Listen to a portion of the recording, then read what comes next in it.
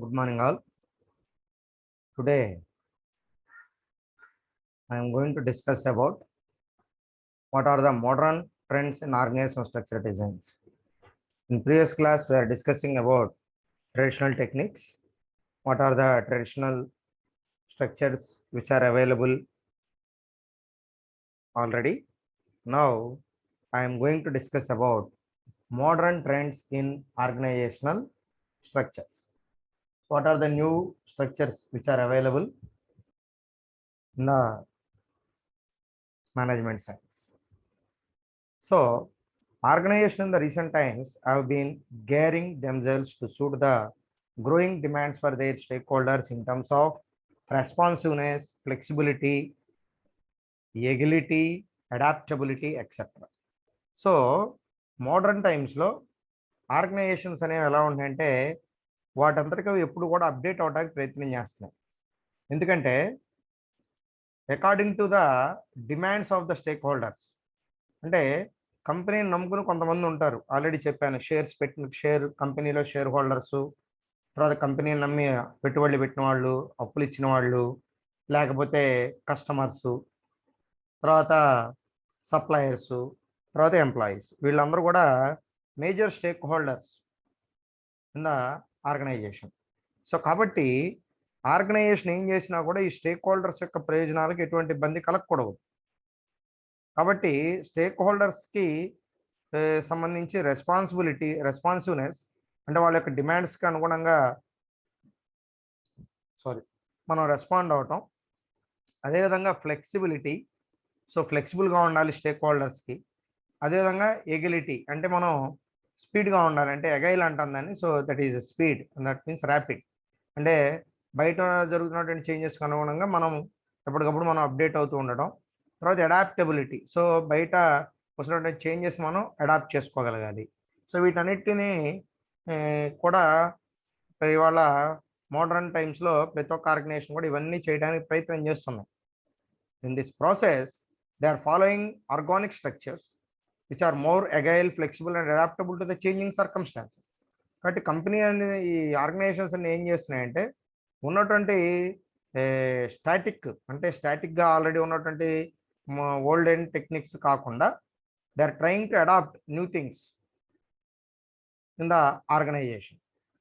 So under this there are certain categories: virtual organizations, cellular organizations, team structure, boundaryless organization, and inverted pyramid, and different forms of organic structures that are widely seen among most of the sunrise sectors, such as financial services, information technology, and IT enabled services.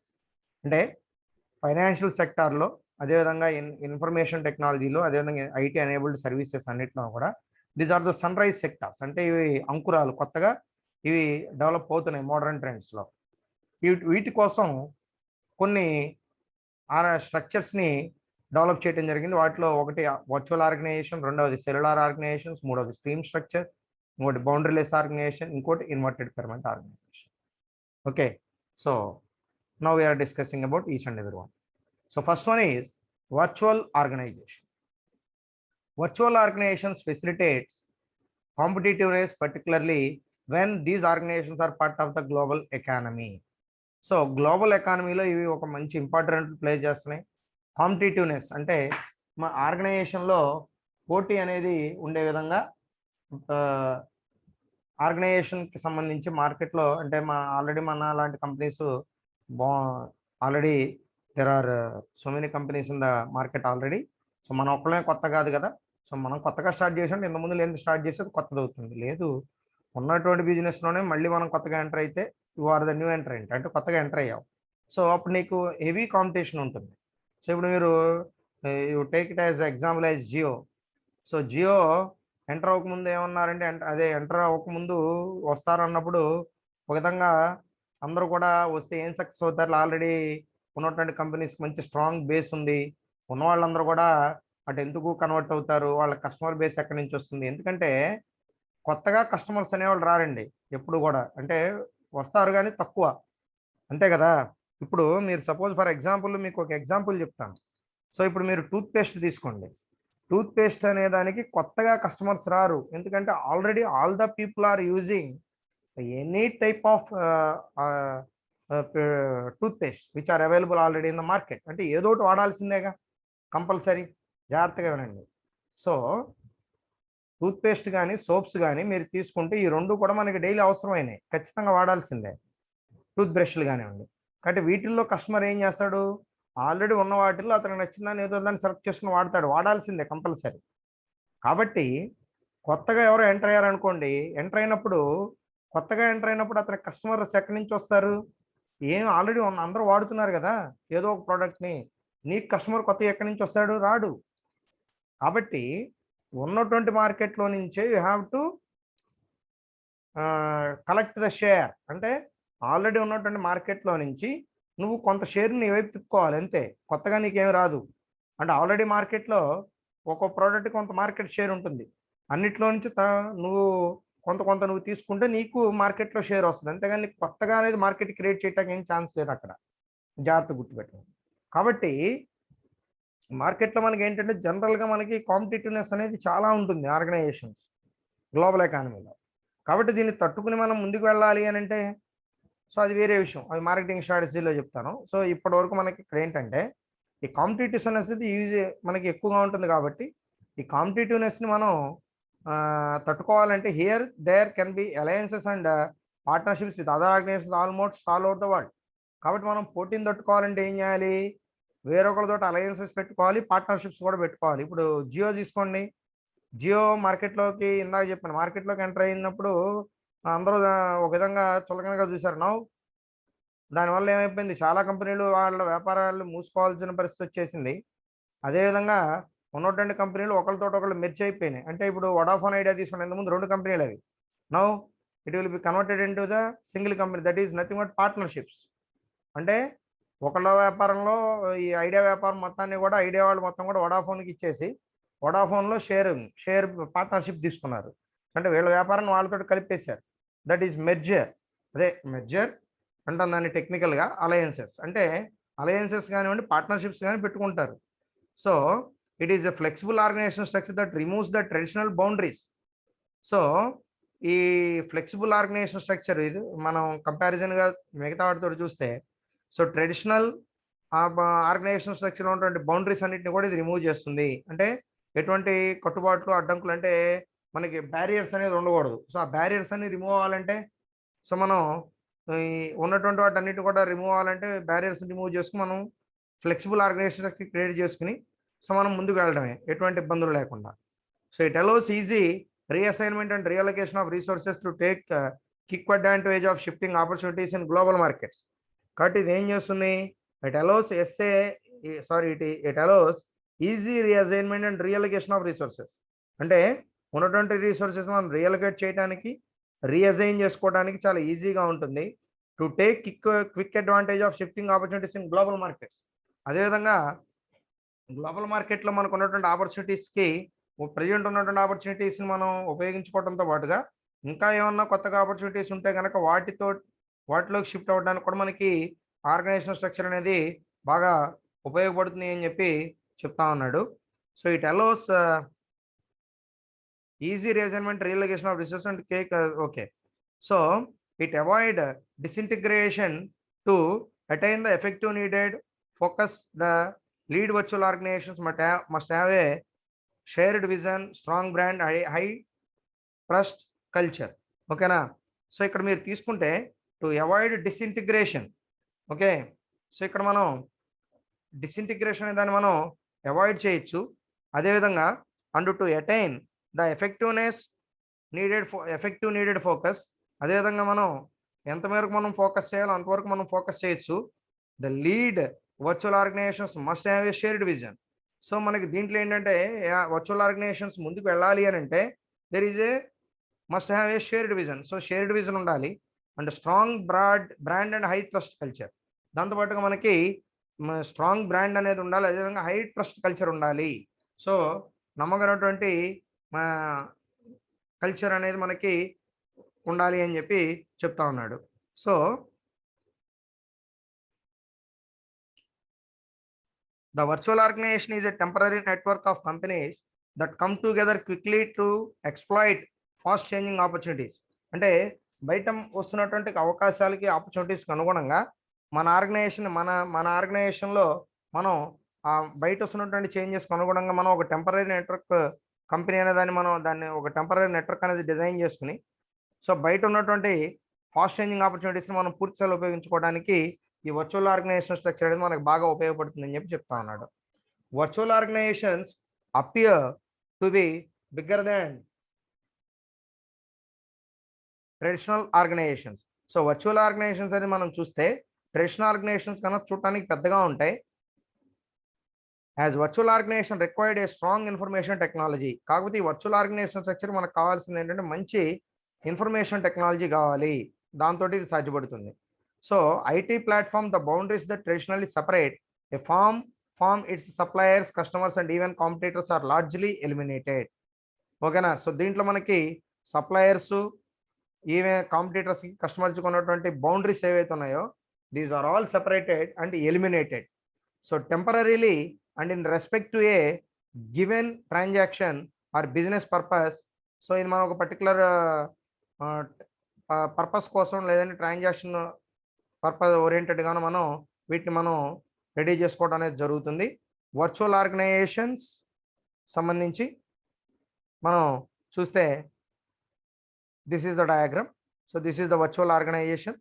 So these are the different clouds. So already you are about the cloud. So these are the clouds. So he is the main person, he is the operator, that means he is the main person to control all these things. So these are the people are different partners and alliances or customers or any service providers, whatever it may be.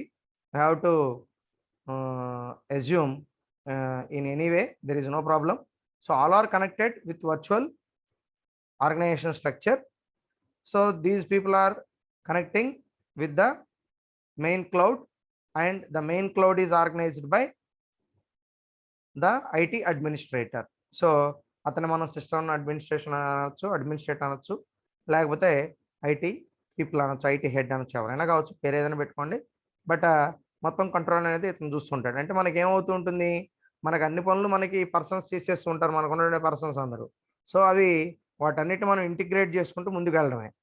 So హ్యూజ్గా ఉంటుంది network structure. అంటే ఇది మనకి ఎంత కావాలంటే అంత మేరకు మనం దీన్ని పెంచుకుంటూ వెళ్ళొచ్చు, లిమిటేషన్స్ ఏమి లేవు.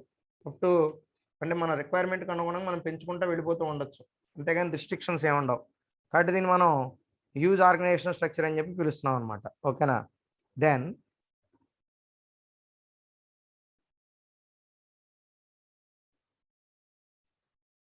Next one, boundaryless organization. So boundaryless organization means in the name itself there is no boundaries. So the name indicates a boundaryless organization eliminates internal boundaries among subsystems and external boundaries with external environment. అంటే internal గా subsystems మధ్య ఉన్నటువంటి boundaries ని, అదే విధంగా external boundaries with external environment, అంటే external environment కి internal environment కి మధ్య ఉన్నటువంటి బౌండరీస్ ని ఎలిమినేట్ చేస్తుంది. It is a combination of team and network structures with the addition of temporariness. So it is a combination of team and network structures. అంటే ఇది మనకి కాంబినేషన్ ఏంటంటే team and network structures combination. So పూర్తిగా ఇది temporary. ఓకేనా. So such type of organisation structure is characterised by spontaneous teamwork and communication. So ఇది మనకి స్పాంటేనియస్గా అప్పటికప్పుడు మనం దీన్ని ఏర్పాటు చేసుకోవచ్చు, టీం వర్క్ అనేది ఉంటుంది, దీంట్లో కమ్యూనికేషన్ అనేది కూడా ఉంటుంది. So this replaces formal chain of command. So ఇది మనకి ఫార్మల్ చైన్ ఆఫ్ కమాండ్ ఏదైతే ఉందో ఆ చైన్ ఆఫ్ కమాండ్ని రీప్లేస్ చేస్తుంది. So it is a dynamic organisation structure wherein organisational needs are met through a judicious mix of outsourcing contracts and alliances as and when needed. So this is purely dynamic structure. So అంటే మనకి ఎప్పటికప్పుడు మార్పులు చేర్పులు చేసుకుంటూ ఉండొచ్చు. అంటే is a judicious mix, అంటే ఇది లీగల్గా అవుట్సోర్సింగ్ అండ్ కాంట్రాక్ట్స్ అదేవిధంగా అలయన్సెస్ తోటి మిక్సప్ అయి ఉంటుంది మన అవసరాలకు అనుగుణంగా. So that is judicious mix, అంటే లీగల్గా ఎటువంటి ప్రాబ్లం ఉండకూడదు. So the key features of boundaryless organisation include knowledge sharing, absence of hierarchy and bureaucracy, empowerment, voluntary participation of expert members, technology utilisation and temporariness. So ఈ boundaryless organisations అని మనం మెయిన్గా ఎందుకు develop చేసుకుంటున్నాం అంటే నాలెడ్జ్ అనేది share చేసుకోవడానికి. Hierarchy అనేది ఇక్కడ ఉండదు. అంటే టాప్ లెవెల్ మేనేజ్మెంట్ అని, మిడిల్ లెవెల్ మేనేజ్మెంట్ అని, బాటమ్ లెవెల్ అని, ఇక్కడ బాస్ అని, సుపీరియర్ అని, సబార్డినేట్ అని ఉండదు. All are equal. And empowerment voluntary participation of expert members. Expert members ఎవరైనా కూడా దీంట్లో వాలంటరీగా పార్టిసిపేట్ చేయొచ్చు.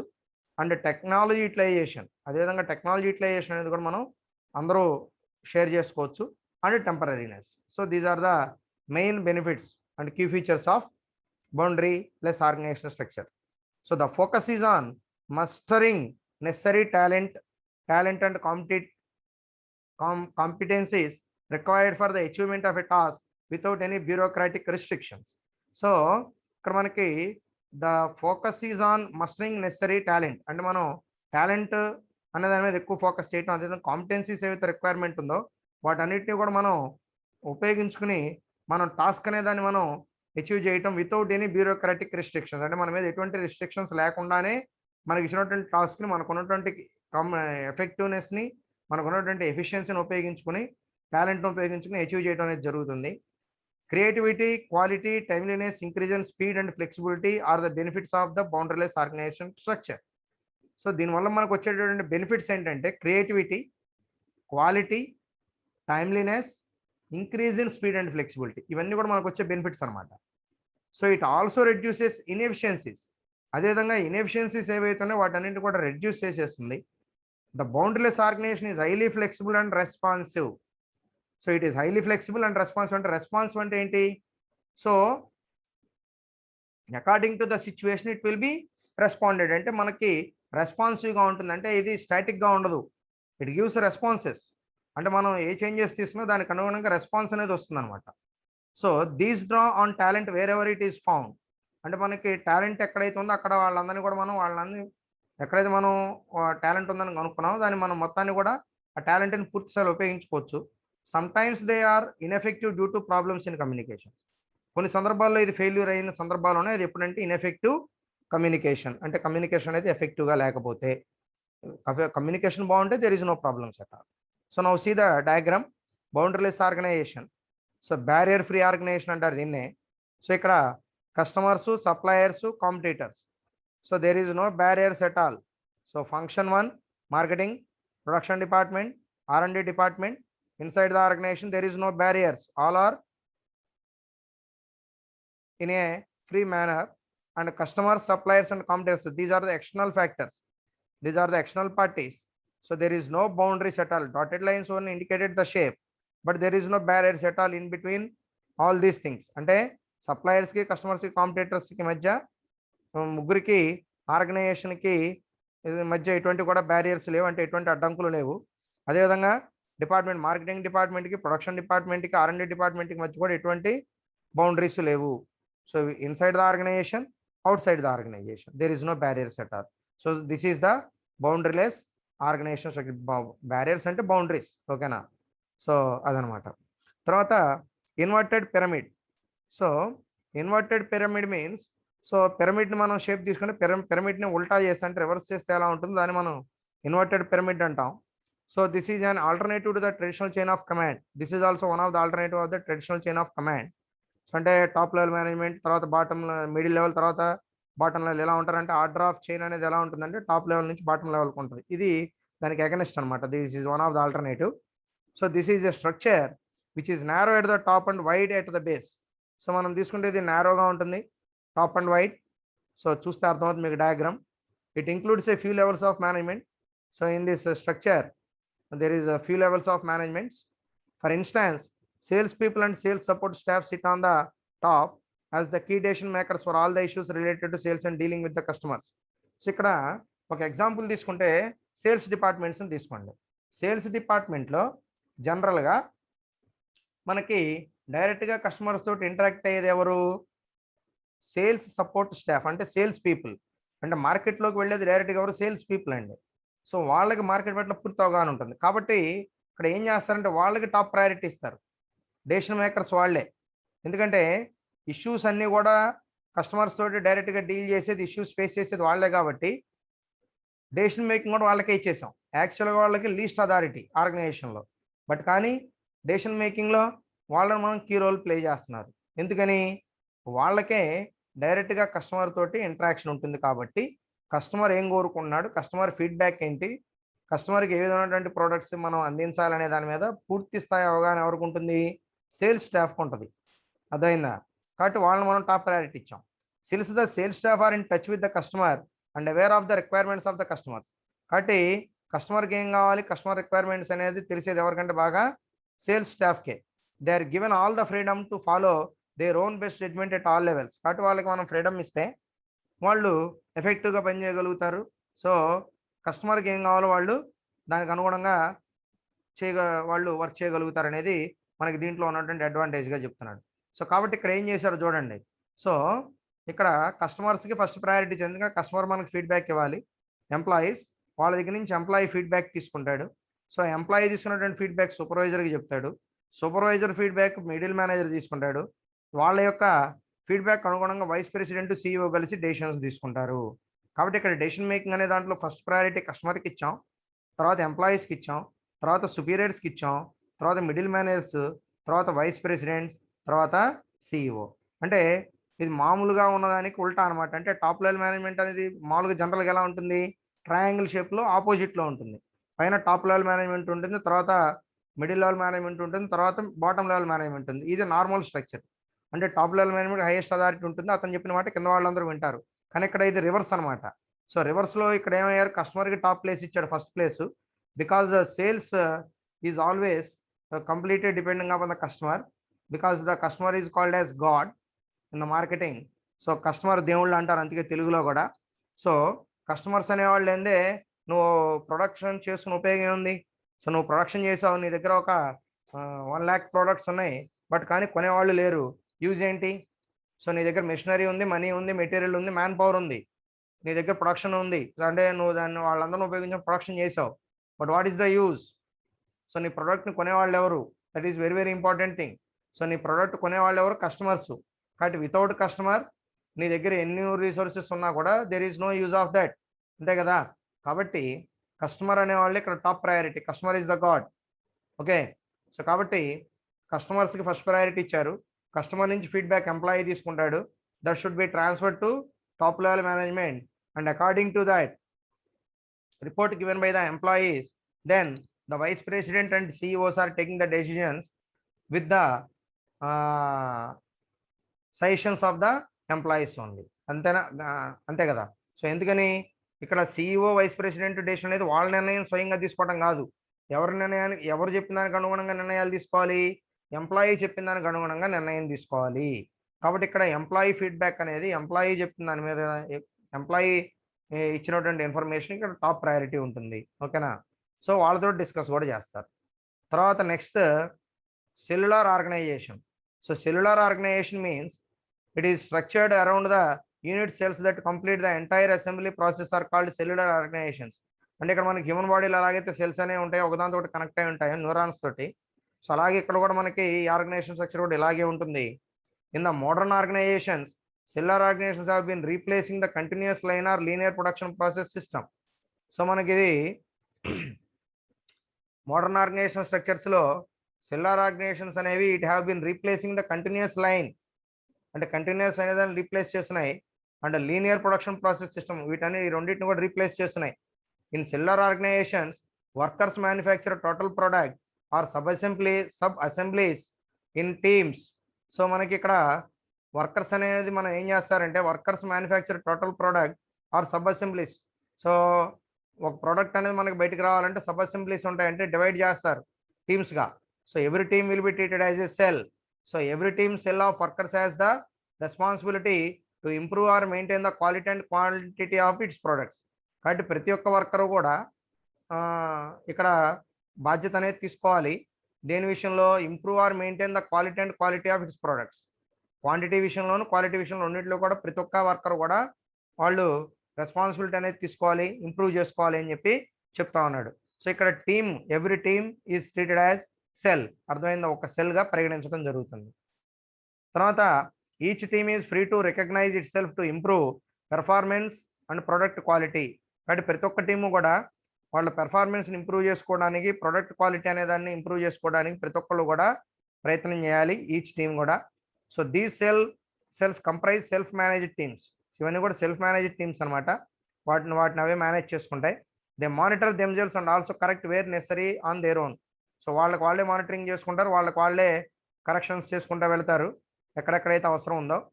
Cellular organisations are characterised by much smaller staff all over the organisation with middle management positions reduced and lean management members at the top.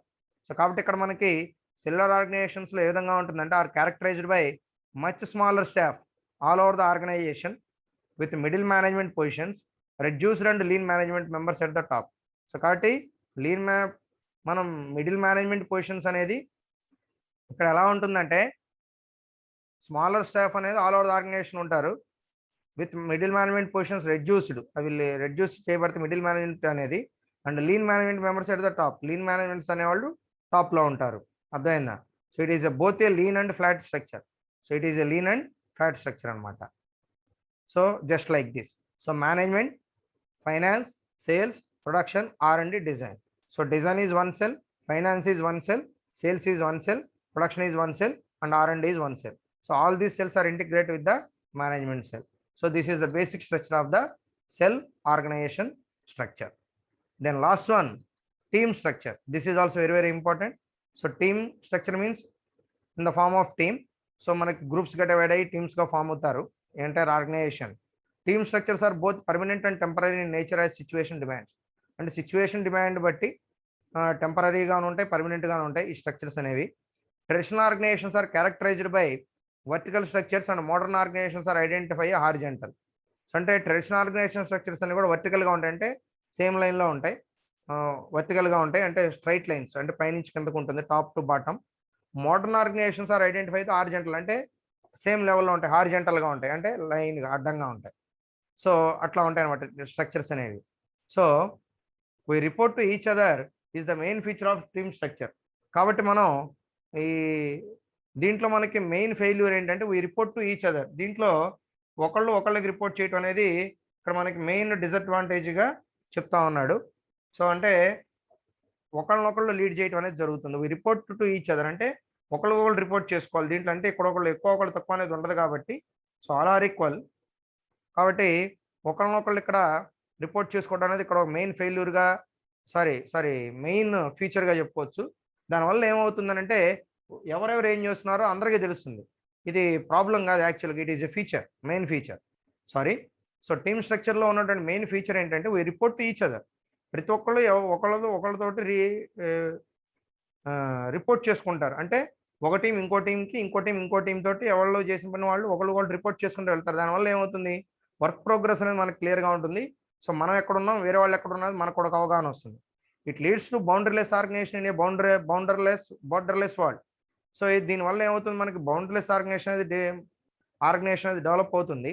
దాంతోపాటు borderless world, ఎటువంటి అవధులు ఎటువంటి అడ్డంకులు లేని ప్రపంచాన్ని మనం చూడొచ్చు. మనం అంటే దీని అర్థం ఏంటంటే వేరెవర్ యూ గోస్ మనం అక్కడ ఎక్కడికి వెళ్ళినా మనం వ్యాపారం చేసుకోవచ్చు.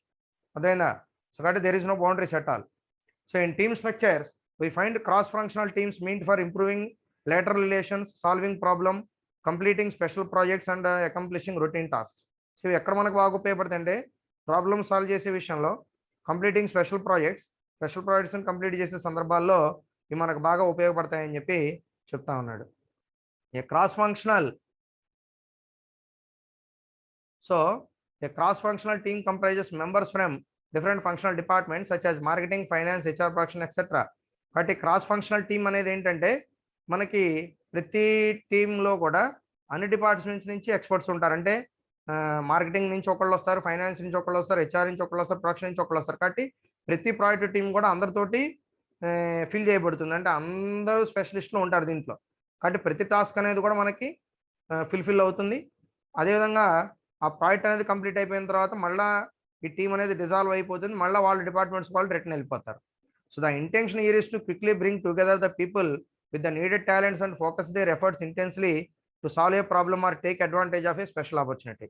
సో మనం ఏదైనా స్పెషల్ ఆపర్చునిటీ మనకు వచ్చినప్పుడు, లేదంటే ఒక ప్రాబ్లమ్ సాల్వ్ చేయాల్సి వచ్చినప్పుడు మనకి ఈ టాలెంట్ పీపుల్ అనేది అవసరం అవుతారు. అప్పుడు మనం ఈ స్ట్రక్చర్ని డెవలప్ చేసుకుని మనం ఈజీగా మనం ఆ టాస్క్ని కంప్లీట్ చేసుకోవచ్చు. Here employees are more involved and empowered because of reduced barriers among functional areas. Functional areas మధ్య ఉన్నటువంటి బ్యారియర్స్ రిమూవ్ అవటం వల్ల మనకు ఎంప్లాయీస్కి ఎంపవర్మెంట్ అనేది పెరుగుతుంది. కాబట్టి వాళ్ళు ఎక్కువ ఇన్వాల్వ్మెంట్ అనేది తీసుకోవడానికి అవకాశం ఉంటుంది. Sometimes when there is a pressure on teams to perform and there is no clear chain of command.